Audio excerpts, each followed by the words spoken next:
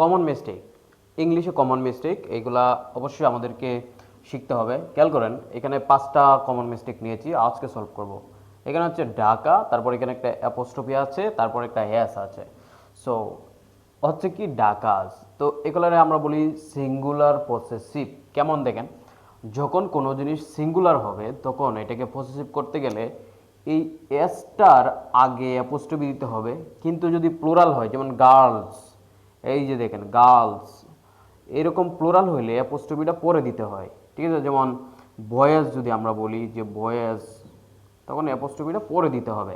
অর্থাৎ দেখবেন যে গার্লস স্কুল লেখা থাকে, তখন গার্লস স্কুল যে লেখা থাকে ওই গার্লস স্কুলের গার্লসের পরে দেখবেন অ্যাপোস্ট্রফিটা। তার মানে কি শিখলাম, সিঙ্গুলার হলে এস এর আগে অ্যাপোস্ট্রফি, আর প্লুরাল হলে এস এর পরে অ্যাপোস্ট্রফি।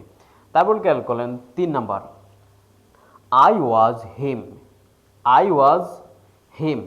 ওকে, সো আমি ছিলাম তাকে, এরকম কিছু হয় না, এটা হচ্ছে বি ভার্ব। মনে রাখবেন বি ভার্বের পরে সাবজেক্ট হয়, সাবজেক্টিভ ফর্ম হয়। ঠিক আছে, তার মানে এটা হবে আই ওয়াজ হি। কি হবে, আই ওয়াজ হি। তারপর খেয়াল করেন 4 number, he is taller than me.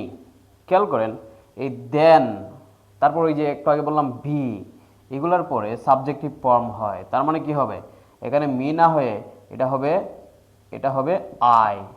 Okay, and then খেয়াল করেন 5 number, I am senior to he. Okay, তো এখানে সমস্যাটা হচ্ছে এই হি। কেন হি, এটা হবে হিম। কেন হিম হবে, কারণ এটা হচ্ছে প্রিপোজিশন। প্রিপোজিশনের পরে অলওয়েজ অবজেক্ট ফর্ম হয়। কি হয়, অবজেক্ট ফর্ম হয়। সো এটা হবে না, বুঝতে পারছেন? সো খুবই সিম্পলভাবে খুব কম সময়ে 5টা সমস্যার সমাধান আমরা করে ফেললাম।